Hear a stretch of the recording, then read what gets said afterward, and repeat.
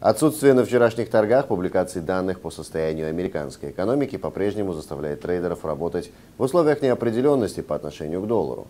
На этом фоне евро-доллар практически весь день провел в довольно узком боковом диапазоне. Опубликованные в ходе торгов данные по ВВП еврозоны за второй квартал продемонстрировали снижение показателя до минус 0,6% в годовом исчислении, что несколько ослабило энтузиазм участников рынка, рассчитывавших на рост единой валюты.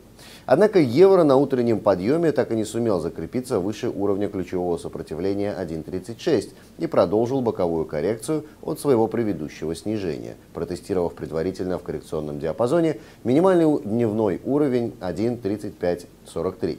При этом снижение пары к ее дневному минимуму после выхода европейской статистики сразу же привлекло устойчивый интерес к покупкам валюты и вызвало возврат котировок в зону дневных максимумов.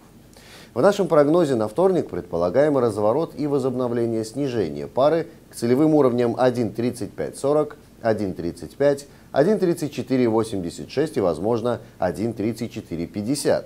В районе уровня 1.3540 ожидаем краткосрочную восходящую коррекцию пары, а затем продолжение снижения к вышеназванным целевым уровням.